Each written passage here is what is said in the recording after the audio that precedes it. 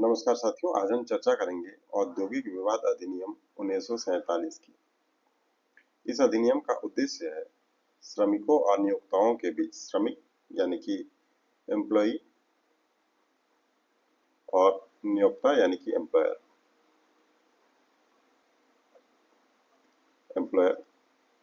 श्रमिक और नियोक्ता के बीच होने वाले जो विवाद है उनको शांतिपूर्वक सुलझाना इसका उद्देश्य है। तो ऑब्जेक्टिव ऑफ दिस एक्ट यह है कि जो श्रमिक हैं उनके बीच श्रमिक और नियोक्ता इनके बीच जो होने वाला विवाद है इसको सुलझाना, इसको कम करना और विवाद की स्थिति उत्पन्न ना हो, इसके लिए ये कानून बनाया गया। तो सबसे पहले इसके परिचय को देखते हैं कि ये कब बना था। तो लागू इसका हुआ था 1 अप्रैल 1947 में। भारत आजाद कब हुआ? 15 अगस्त 1947, यानी कि आजादी से पहले ये अप्रैल में हुआ। उद्देश्य क्या है? औद्योगिक विवादों का समाधान व औद्योगिक शांति बनाए रखना। क्षेत्र कहाँ होगा? ये संपूर्ण भारत में लागू होगा। ये पैन इंडिया लागू होगा। पैन इंडिया से तात्पर्य है संपूर्ण भारत में, संपूर्ण भारत में। महत्वपूर्ण परिभाषाएं देखते हैं। सेक्शन 2 जो है, सेक्शन 2 ये बताता है इसकी परिभाषाओं के बारे में। परिभाषाओं के संदर्भ में इस अधिनियम को समझने से पहले कुछ महत्वपूर्ण परिभाषाओं को समझ लेना आवश्यक है। इसमें कौन कौन सी परिभाषाएं? Industrial dispute, workman, employer, strike, lockout, lay off, retrenchment, ये जो शब्दावलियां हैं इन्हें समझना बेहद आवश्यक है। सबसे पहले हम देखते हैं कि इंडस्ट्री, तो जहां भी लोग काम करते हैं 10 या 10 से ज्यादा मशीन के साथ हैं तो 20 या उससे अधिक, इस तरीके से जो लोग काम करते हैं उसे हम क्या कहते हैं? उसे उद्योग कहते हैं। तो सबसे पहले तो इंडस्ट्री को डिफाइन करते हैं कि उद्योग किसे कहा जाएगा। उसके पश्चात हम चलते हैं डेफिनेशन में ही आगे बढ़ते हैं। तो इंडस्ट्रियल डिस्प्यूट, अब इंडस्ट्रियल डिस्प्यूट क्या होता है वो देखते हैं। जैसे एक एम्प्लॉई है, ये वर्कमैन है और ये एम्प्लॉयर है, इन दोनों के बीच जो विवाद हो रहा है ये इंडस्ट्रियल डिस्प्यूट है। ये इंडस्ट्रियल डिस्प्यूट वर्कमैन के बीच भी हो सकता है।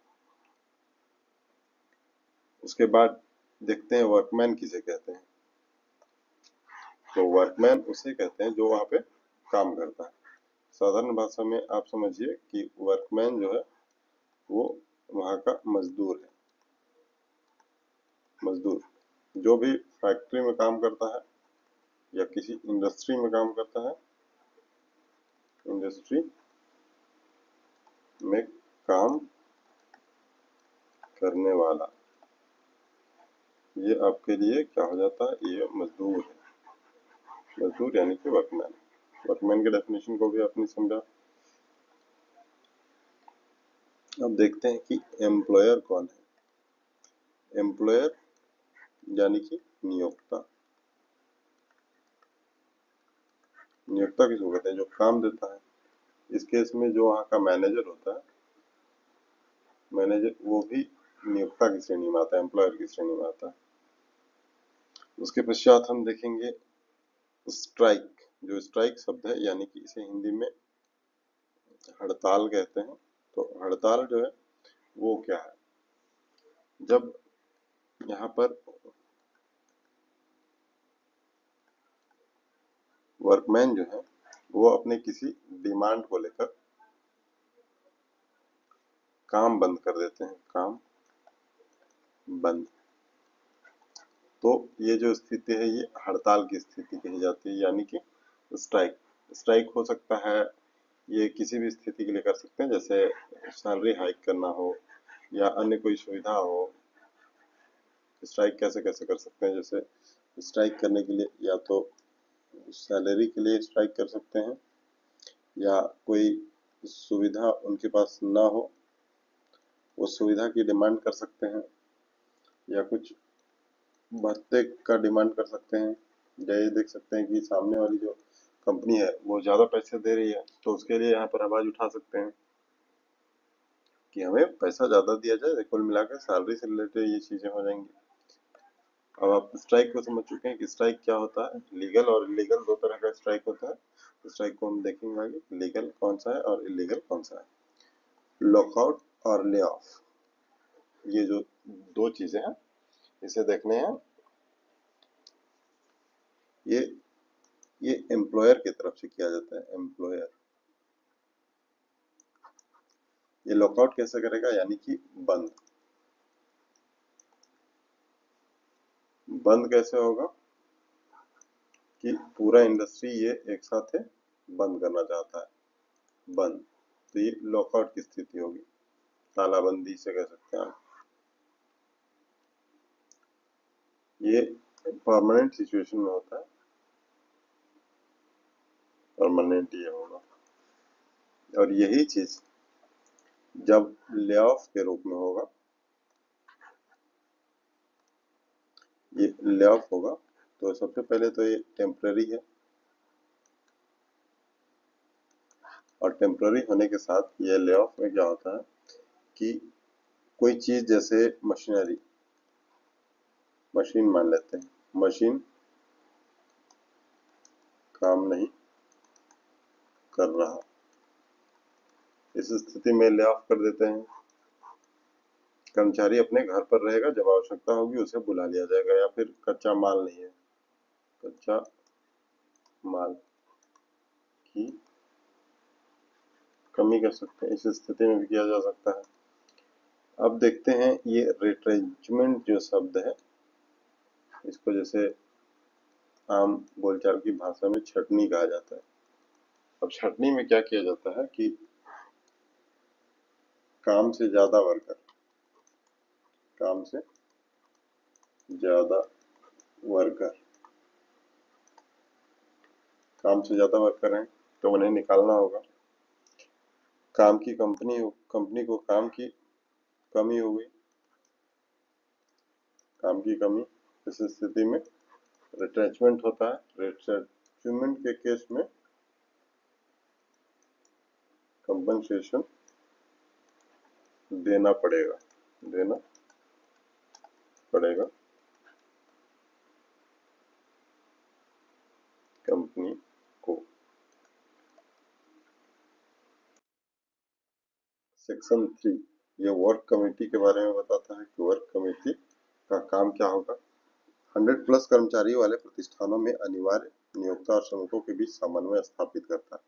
यहाँ पर क्या होता है कि कोई कंपनी है, ये मान के चलते हैं यहाँ पर 110 वर्कर हैं, तो यहाँ पर एक वर्क कमेटी गठित की जाएगी। अब ये वर्क कमेटी का काम क्या होगा, जो यहाँ पर लेबर है यानी कि श्रमिक और ये कंपनी, इन दोनों के बीच ये एक सेतु की तरह काम करता है। सेतु कहिए या पुल कहिए, जो आप कह सकते हैं। यहाँ नियोक्ता है, यहाँ पर कर्मचारी है। कर्मचारी अपनी बात डायरेक्ट यहाँ नहीं रख पाते हैं, तो ये इस सेतु के माध्यम से ऐसे जाते हैं, और वहीं जो नियोक्ता है वो भी कर्मचारी को इस वर्क कमेटी के थ्रू समन्वय बनाने का प्रयास करते हैं। कर्मचारियों की जो मांगे होती है, जो इनके डिमांड्स होते हैं, उन्हें फुलफिल करने के लिए इसके लिए जो है ये वर्क कमेटी का गठन किया जाता है, ताकि इनके बीच समन्वय बनाया जा सके, समन्वय स्थापित करने। सेक्शन 4 कॉन्सिलिएशन ऑफिसर, ये सरकार के द्वारा नियुक्त होता है। सरकार कौन कौन सी होती है, अप्रोप्रिएट गवर्नमेंट, जैसा मैं पहले भी बता चुका हूँ कि राज्य सरकार, अगर राज्य सरकार की इंडस्ट्री है तो राज्य सरकार, केंद्र सरकार की स्थिति इंडस्ट्री है तो सेंट्रल गवर्नमेंट इसके लिए होगा अप्रोप्रिएट। विवाद सुलझाने में मध्यस्थता करेगा, यानी कि कॉन्सिलिएशन, यानी कि मध्यस्थ होता है। ये कॉन्सिलिएट करेगा, बातचीत करेगा और इसे सेक्शन 5 बोर्ड ऑफ कंसिलिएशन। ये मध्यस्थों का जो समूह है, एक मध्यस्थ जैसे होता है, एक कंसिलिएशन ऑफिसर, ये जब बात करता है और रिजल्ट कुछ नहीं निकलता है, ये फेल हो जाता है, तो उस स्थिति में क्या होगा कि बोर्ड ऑफ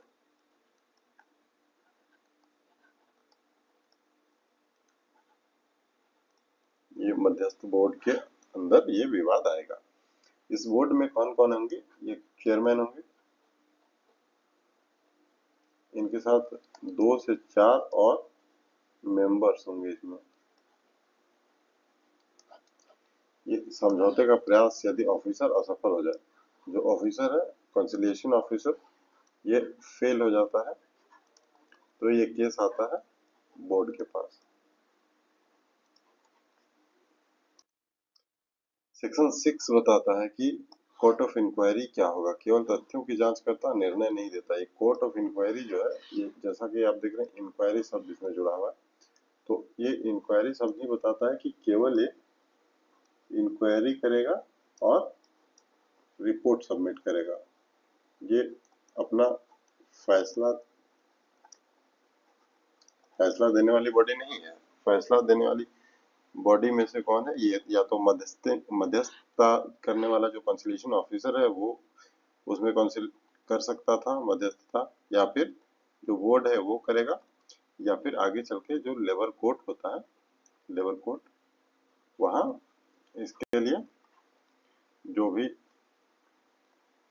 जजमेंट होंगे वो जारी करेगा। सेक्शन 7 बताता है लेबर कोर्ट के बारे में, यानी कि श्रम न्यायालय। श्रम न्यायालय, लेबर कोर्ट एकल न्यायिक अधिकारी द्वारा संचालित होता है। समिति, ये लेबर कोर्ट की विशेषता हम देखते हैं। सबसे पहले ये क्या होता है कि इसमें सिंगल सीटिंग होता है, एक ही व्यक्ति इसमें बैठा होता है, एक सदस्य होता है, एक सदस्य। इसमें जो भी इसका जज होता है वो क्या होता है? एक ही आदमी होता है। इसके अलावा यहाँ पे कोई बेंच जैसी चीज नहीं होती है। ये बेंच कहिएगा तो सिंगल होता है, ये सिंगल। लेबर कोर्ट में कब मामला आता है? सबसे पहले कंसिलिएशन के लिए जाता है कंसिलिएशन ऑफिसर के पास, उससे मामला नहीं सुलझता है तो जाता है board of conciliation. Board of conciliation यहाँ भी नहीं हो पाया, तब आएगा लेबर कोर्ट। ऐसे लेबर कोर्ट में डायरेक्ट भी आया जा सकता है, लेकिन लेबर कोर्ट में डायरेक्ट भी आया जा सकता है, लेकिन क्या होता है ज्यादातर मामले जो है इसी रूप में आते हैं, क्योंकि सभी को लगता है कि पहले आपस में समझौता हो जाए तो ज्यादा अच्छी बात है। सेक्शन 7A आपको बताता है इंडस्ट्रियल ट्राइब्यूनल के बारे में।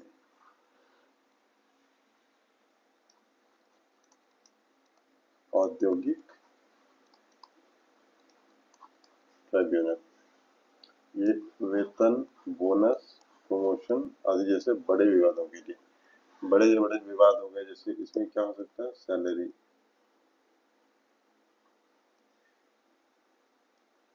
अभिकरण, इसको बोलते हैं अभिकरण, औद्योगिक अभिकरण। ये सैलरी के मामले इसमें जाएंगे। दूसरे बोनस नहीं मिल रहा है तो हो जाएगा। तीसरा, यदि आपको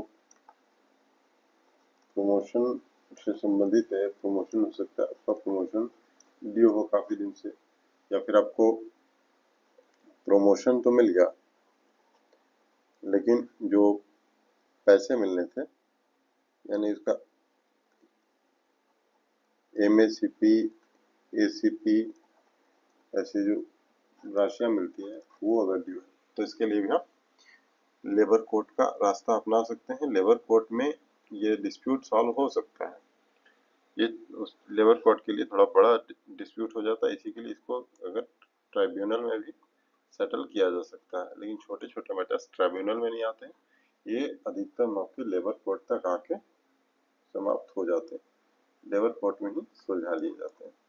जो मैटर लेबर कोर्ट में नहीं सुलझ पाते हैं उनके लिए इंडस्ट्रियल ट्राइब्यूनल की स्थापना की गई। सेक्शन 7B नेशनल ट्राइब्यूनल, ये स्टेट ट्राइब्यूनल है एक तो। उसके बाद जब मामला और भी पेचीदा हो जाता है तो ये नेशनल ट्राइब्यूनल का रास्ता अपनाया जा सकता है, लेकिन विशेषताएं इसकी क्या है ये देखते हैं। जैसे जो स्टेट का केस है वो तो स्टेट ही करेगा, लेकिन नेशनल ट्राइब्यूनल में जो यूटी के अंदर केसेस हैं वो इसमें कवर किए जाते हैं नेशनल ट्राइब्यूनल के अंदर। और अंतरराज्यीय या राष्ट्रीय महत्व के विवाद, जो जैसे कोई इंडस्ट्री है जो किसी स्टेट का इंडस्ट्री है लेकिन वो देश के स्तर पर अपनी पहचान रखता है, तो उसका विवाद यहाँ पे नेशनल ट्राइब्यूनल में देखा जा सकता है। अंतरराज्यीय, जैसे कोई इंडस्ट्री है वो किसी राज्य की सीमा में हो सकता है, ऐसी परिस्थिति में भी ये नेशनल ट्राइब्यूनल का काम बनता है।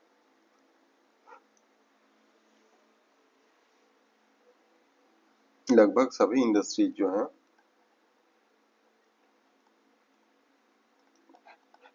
उसके काम कई स्टेट्स में चलते हैं, तो ऐसी स्थिति में ये नेशनल ट्राइब्यूनल का काम बन जाता है।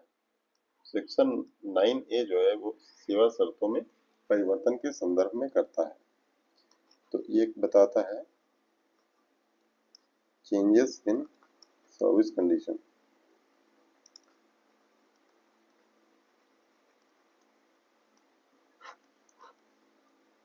या टर्म एंड कंडीशन भी आप कह सकते हैं कि टर्म्स, किस तरीके के टर्म्स उसमें।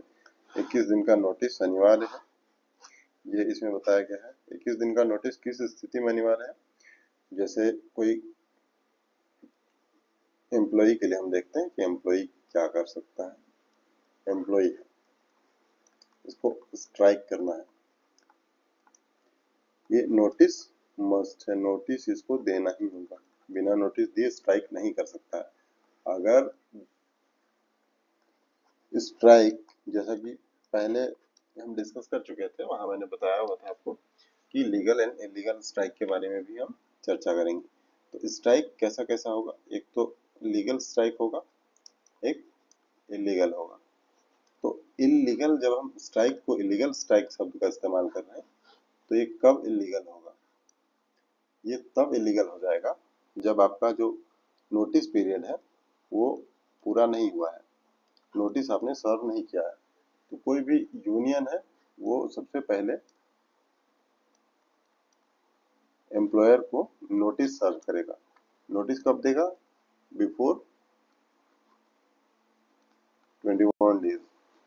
कब से, जिस दिन आपको हड़ताल करनी है उससे 21 दिन पहले आपको आपकी कंपनी को नोटिस करना होगा कि हम हड़ताल करना चाहते हैं, हमारी ऐसी ऐसी समस्याएं हैं, तो वो लीगल होगा, अन्यथा वो इलीगल स्ट्राइक माना जाएगा।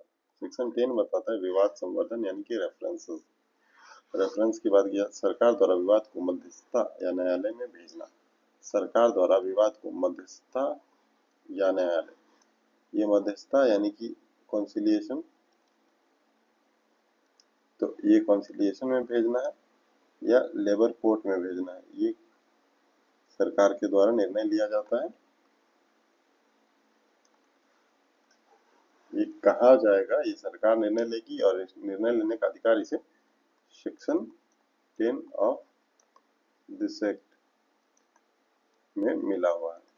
ये कौन सा एक्ट है, industrial dispute act, industrial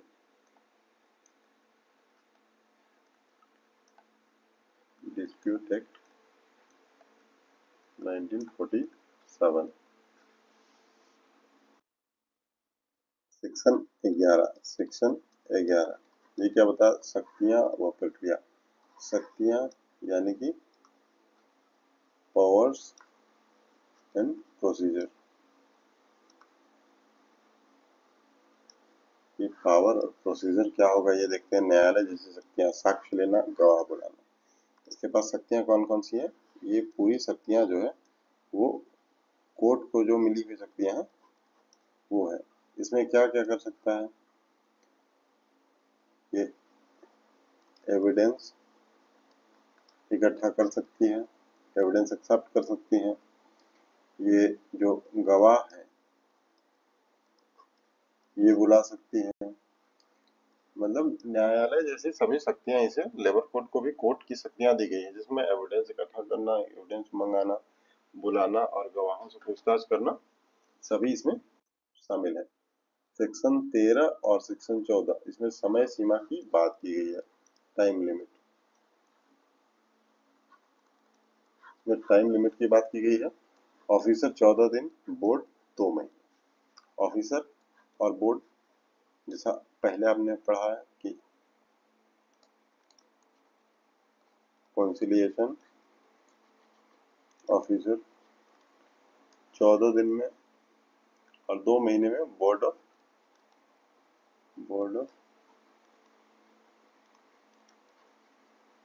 conciliation के पास 2 महीने का वक्त है। इतना में आपसे सुलझ रहा है, अच्छी बात है। नहीं सुलझ रहा है, यहाँ 14 दिन में नहीं सुलझा तो आप आ गए बोर्ड ऑफ कंसिलिएशन के पास। इसके पास 2 महीना या दिन में देखते हैं तो 60 दिन, 60 डेज में यहाँ समझ में नहीं आया तो आप कहाँ चले जाएंगे? लेबर कोर्ट में।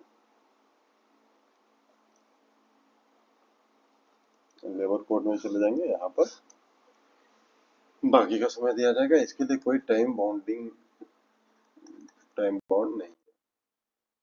सेक्शन 12 ये स्ट्राइक, लॉकआउट, पब्लिक यूटिलिटी ये कर रहा है। 6 सप्ताह पूर्व नोटिस देना है, सरकार को सूचना देनी है। 6 वीक,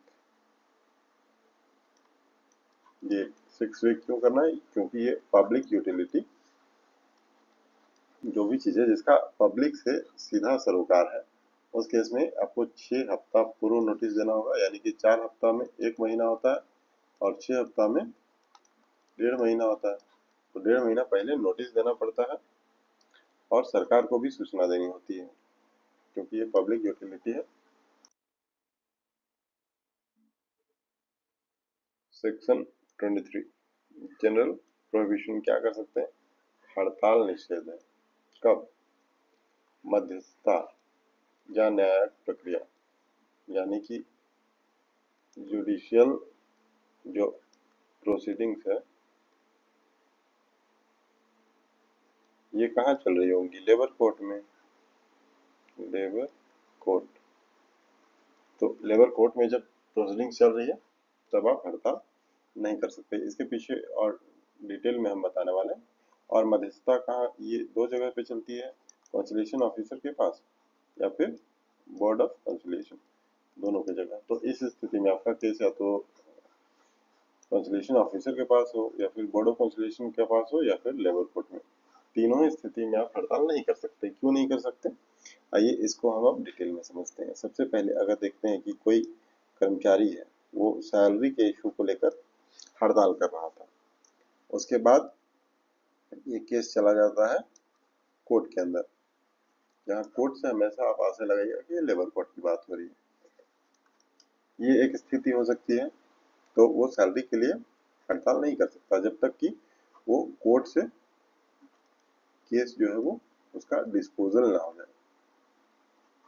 केस डिस्पोज होने के बाद ही वो फिर से कर सकता है। दूसरी स्थिति क्या होती है कि सैलरी के लिए ही इन्होंने कभी हड़ताल नहीं किया है, किसी तरीके से यहाँ पर स्ट्राइक करता है, यहाँ पर स्ट्राइक नहीं किया, ये सीधे चले गए कोर्ट में कि सामने वाली कंपनी में ज्यादा सैलरी मिलता है, हमारा शोषण किया जा रहा है, हमें मिनिमम वेजेस से भी कम दिया जा रहा है। इस तरीके के इश्यू लेकर ये चले गए कोर्ट। अब कोर्ट जब तक इस चीज को सुनता नहीं है, ये केस डिस्पोज्ड होता नहीं है, तब तक ये सैलरी के कारण स्ट्राइक नहीं कर सकते हैं। कोई और रीजन हो सकता है, इन्हें सर्टिफिकेट्स नहीं मिल रहे हैं, उसके लिए ये कर सकते हैं, या फिर इनका जो वर्किंग आवर है वो और ज़्यादा बढ़ा दिया गया है, इसके लिए ये कर सकते हैं। लेकिन इस रीजन से ये नहीं कर सकते हैं कि हमें सैलरी नहीं दी जा रही है या कम दी जा रही है।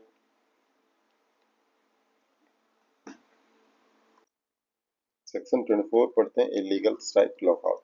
इसमें हम पहले भी डिस्कस कर चुके हैं, लेकिन सिर्फ आप देख लीजिए कि सेक्शन 24 में इसका उल्लेख किया गया है, कानून का उल्लंघन कर की गई कार्रवाई अवैध मानी जाएगी।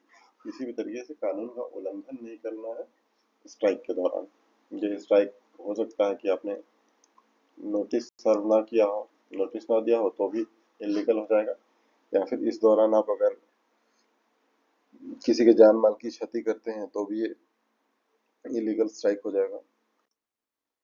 सेक्शन 25A से 25J तक ले ऑफ के बारे में बताया गया है और रिट्रेंचमेंट के बारे में। सेक्शन 25F सेवा मुक्ति एवं पूर्ण नोटिस और मुआवजा। जैसे पूरे तरीके से छटनी कर दी जाती है तो उस स्थिति में उसके मुआवजा दिया जाता है। और सेवा मुक्ति से पूर्व इसको नोटिस जारी करना होगा। नोटिस जारी करना होगा कब? बिफोर, हटाने से पहले आपको नोटिस जारी करना है। 25N 250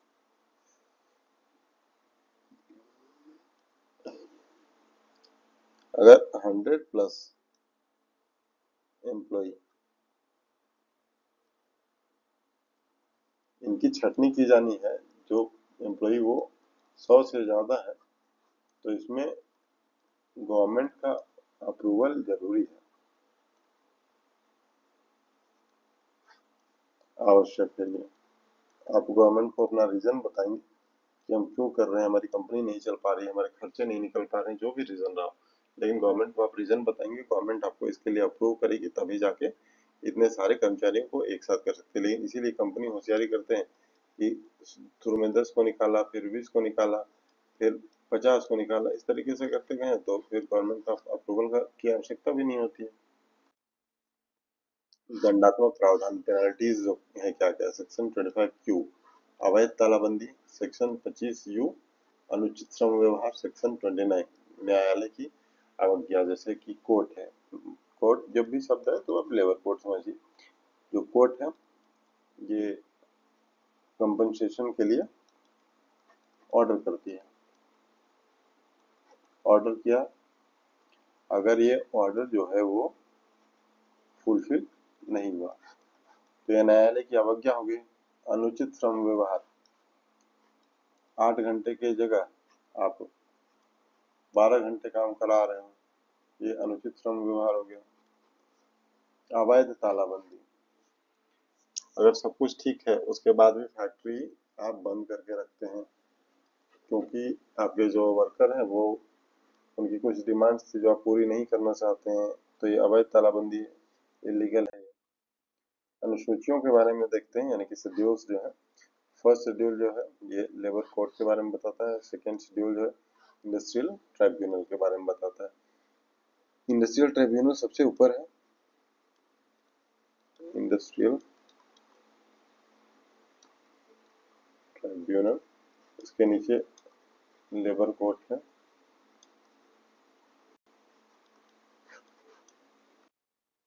निष्कर्ष क्या निकलता है, यानी कि कंक्लूड क्या होता है, अभी हम देख रहे थे इंडस्ट्रियल डिस्प्यूट एक्ट। ये 1947 का एक्ट है। ये पास कब हुआ है? 1 अप्रैल 1947 को। इसका जो कंक्लूजन है, ये निष्कर्ष क्या निकलता है, औद्योगिक शांति एवं न्याय का संवर्धन, यानी कि उद्योग में क्या है, शांति यानी कि पीस, और क्या मिलेगा, श्रमिक नियोक्ता के संबंधों में सुधार। जो यहाँ के लेबर है और एम्प्लॉयर, इनके बीच जो रिलेशन है वो बेहतर करने का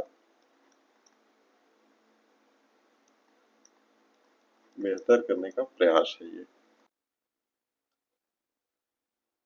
आप इसे नेक्स्ट स्टेप टीसीएस चैनल पर देख रहे थे, सब्सक्राइब कीजिए मोर लीगल और एग्जाम ओरिएंटेड लेक्चर्स के लिए। तो आज के लिए इतना ही, धन्यवाद। ये आपको आरआरबी की होने वाली परीक्षा जो है स्टाफ एंड वेलफेयर इंस्पेक्टर। इस परीक्षा के लिए आपको बहुत उपयोगी होगी। चैनल को आप सब्सक्राइब कर लीजिए, यहाँ पर ही आपको एमसीक्यू की सीरीज भी देखने को मिलेगी। तो आज के लिए इतना ही, धन्यवाद।